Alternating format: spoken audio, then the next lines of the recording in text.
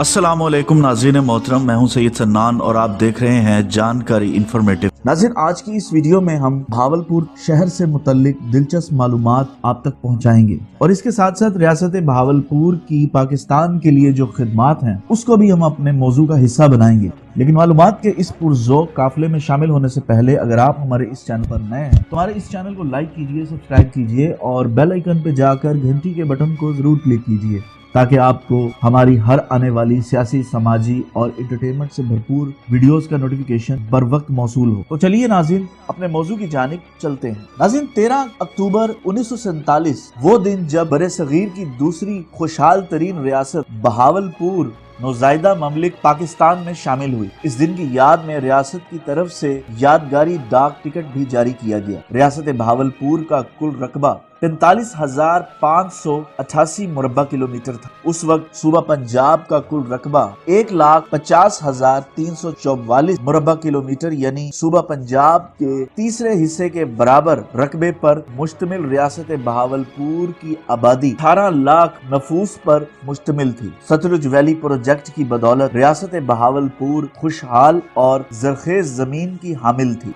जिसकी खुशहाली की कशिश ही दूसरे इलाकों के लोगों को यहाँ आने पर मजबूर करती थी। अगरचे ये बात भी अजहर मनुल शम्स है कि बैरूनी रियासत से आए आबादकारों ने सतलुज वैली प्रोजेक्ट की बदौलत नहरी पानी की मदद से इसकी जमीनों को आबाद किया। रियासत की खुशहाली का अंदाजा इस बात से लगाया जा सकता है कि क़याम पाकिस्तान से पहले बरे सगीर का बड़ा नहरी निजाम भी यही मौजूद था और बरे सगीर के तमाम बड़े तालीमी इदारों को यहाँ से अतियात भेजे जाते थे, जिसमें Aligarh Muslim university, Aitchison college Lahore, Punjab university Lahore जैसे इदारे भी शामिल थे। सिर्फ तालीमी इदारे ही नहीं, अस्पताल, लाइब्रेरीज और अहम शख्सियात भी इन अतियात की हकदार करार पाती थी। नाज़रीन, रियासत के अंदर बहावलपुर विक्टोरिया अस्पताल उस वक्त बरे सगीर के चंद बड़े अस्पतालों में शुमार था, जिसका शुमार मुल्क के बड़े अस्पतालों में होता था। सादिक पब्लिक स्कूल का नाम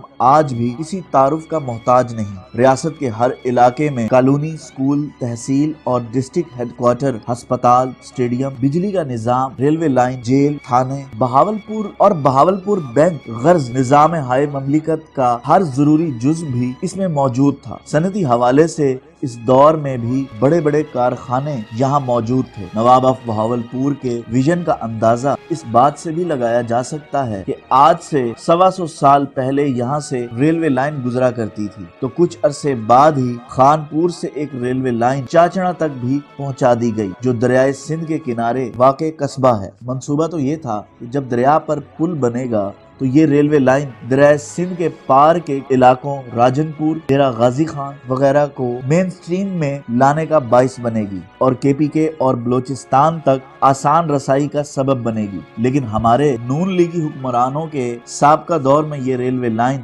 उखाड़ दी गई। नाज़रीन, जब पाकिस्तान बना तो कायदे आजम को आज़ादी की तकरीबात में शिरकत के लिए रोल्स रॉयस कार भी रियासत बहावलपुर की तरफ से दी गई। इस मकसद के लिए इसकी छत को भी काटना पड़ा। कार का नंबर BMW 72 था। कायदे आजम को गार्ड ऑफ ऑनर करने के लिए भी रियासत बहावलपुर का दस्ता भी पहुंचाया गया। बहावलपुर फर्स्ट इन्फेंट्री बटालियन को आजाद ममलिकत के बानी को पहली सलामी देने का एजाज भी हासिल हुआ, जिसके बाद पाकिस्तान के वजूद में आने के बाद इसी बटालियन को पाकिस्तान आर्मी में जम कर दिया गया। बहावलपुर रियासत को बरसगीर का अनाज घर भी कहा जाता। नाज़रीन, ममलिकत पाकिस्तान के सरकारी मुलाजमीन को पहली तनख्वाहें देने का शर्फ भी बहावलपुर के हिस्से में आया था। इस मौके पर 70 लाख रुपए की नक़द इमदाद का तोहफा भी इसी रियासत ने दिया था। अपने पूरे निज़ाम ममलिकत के साथ ये रियासत पाकिस्तान में शामिल हुई थी, जहां भारत से हिजरत करके आने वालों की बड़ी तादाद भी यहां पहुंची। इसकी सरहदें पंजाब और सिंध के अलावा भारतीय रियासत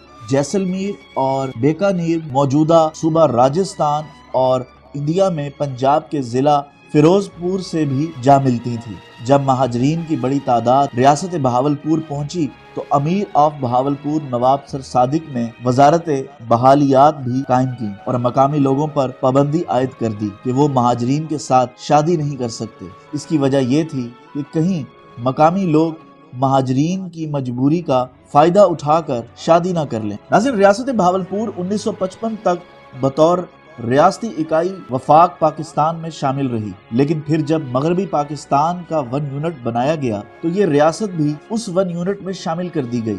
لیکن جب 1 یونٹ بحال ہوا تو دیگر صوبوں کی طرح بحال کرنے کی بجائے اسے صوبہ پنجاب کا حصہ بنا دیا گیا۔ اس کے خلاف تحریک میں لوگوں نے جانوں کے نذرانے بھی دیے اور گولیاں بھی کھائیں۔ ریاست بہاولپور سے بہاولپور صوبہ محاذ کے امیدواروں کی بڑی تعداد نے کامیابی حاصل کی، لیکن ریاست بہاولپور بطور صوبہ بحال نہ ہو سکی۔ صرف یہی نہیں، ریاست کو سیراب کرنے والا دریا ستلج بھی سندھ طاس معاہدے میں بھارت کو دے دیا گیا، جس کا نتیجہ آج بھی یہاں کی نسلیں بھگت رہی ہیں۔ زیر زمین میٹھے پانی کی سطح بھی انتہائی حد تک گر چکی ہے۔ آرسنک ملا پانی لوگوں کی زندگیوں سے کھیل رہا ہے۔ یہاں کی نہریں جو پانی کی وافر مقدار لے کر چلتی تھیں، اب یہاں ضرورت کے مطابق نہری پانی بھی دستیاب نہیں۔ بہاولپور ریجمنٹ کے نام سے جس کا ذکر ویڈیو کے حصے میں کیا گیا ہے کہ پاکستان کا حصہ بن گئی تھی، وہ بہاولپور ریجمنٹ نہ جانے کہاں کھو گئی۔ یہ ریاست جو تعلیم یافتہ آبادی کے حوالے سے مشہور تھی، اب شرح خواندگی بڑھنے کی بجائے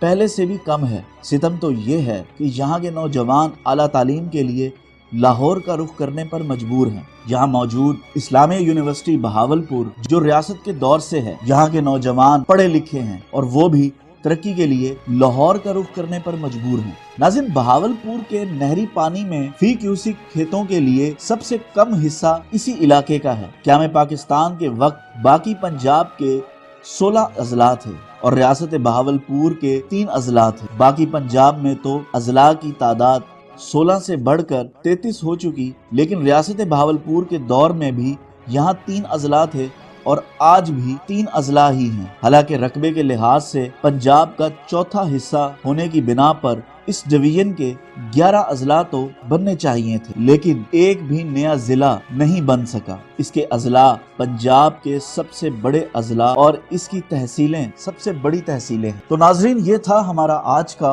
انفارمیٹیو ٹاپک۔ انشاءاللہ ایک نئی ویڈیو کے ساتھ بہت جلد آپ کی خدمت میں حاضر ہوں گے۔ اللہ تعالیٰ آپ کا، ہمارا سب کا حامی و ناصر ہو، اور اللہ تعالیٰ ہم سب کو قرآن اہل بیت پر عمل کرنے کی توفیق عطا فرمائے۔ اللہ حامی و ناصر۔